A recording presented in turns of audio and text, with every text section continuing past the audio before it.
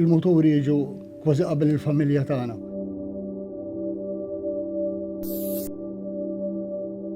Silvio John Farrugia li nappreżenta l-Skull Bikers Malta SMC, jiena il-President, ħdejja hawnhekk hawn is-Segretarju li aħna iż-żewġ founders ta' dan il-klabb tista' tgħid bħalma jgħidu ħafna nies leġendarju.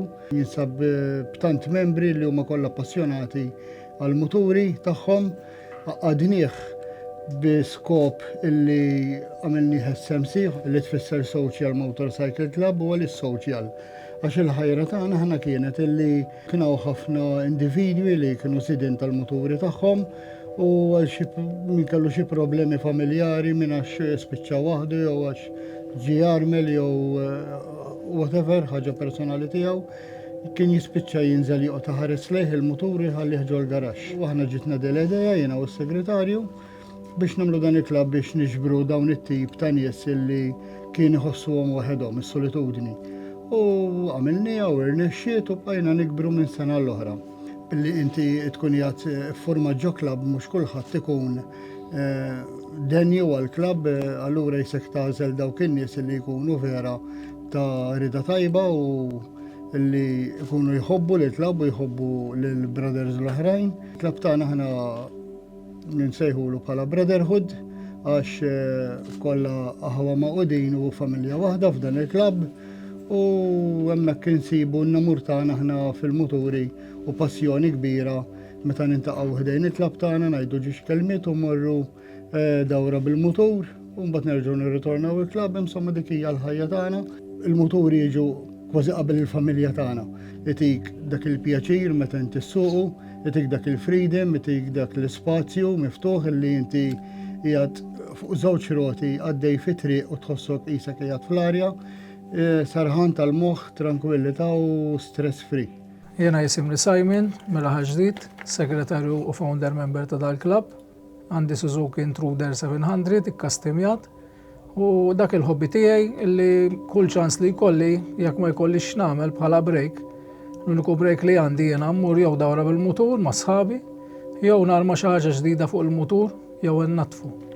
Bnejt mutur ieħor ukoll minn irriċiklajt Beetle maħruq, għamilt Beetle trike u dak noħorġu għal shows tal-karità li aħna neħdu sehem ħafna f'affarijiet u attivitajiet minn dawn.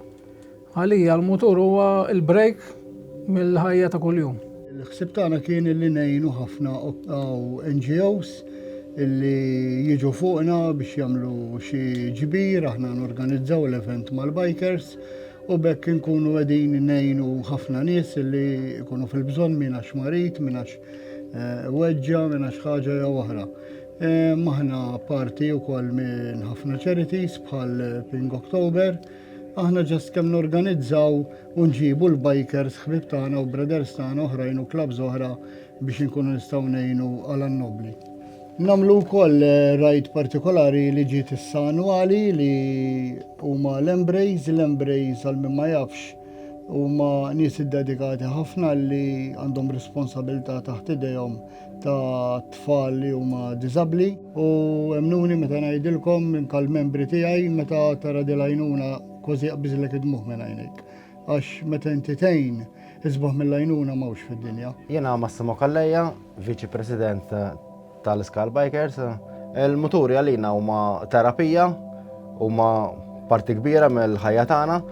Wara ġimgħa xogħol nintaqgħu erba' ħbiebu bħala klabb u nduru dawra nsarħu moħħna wkoll. U minn dejjem kont rocker, dejjem kont dilettant tal-muturi u plastek darba minnhom kont għaddej bil-mutur tiegħi rajt il-klabb għaddej. Ovvjament mill-ewwel laqani u stidinni biex nibda nintaqa' magħhom u nagħmel parti minn dan il-klabb. Il-mutur tiegħi huwa Honda Shadow, ikkastimjajtu kollu, il-pjaċir tiegħi li dejjem nagħmlu dik xi ħaġa ġdida biex dejjem jidher iktar bombastiku għalija. Aħna l-bikers ħafna min-nies jaħsbuna gangs, jaħsbuna li aħna qegħdin nagħmlu xi attività oħra, però nassigurakom illi Malta kull klabb li jinsab ġew Malta tal-bikers kollha naħdmu għal annobli għax tarhom kollha ġejjin anke meta nagħmlu xi event ikellmuni u jagħtu d-donazzjonijiet tagħhom għal dak li nkunu qegħdin nagħmlu għalih.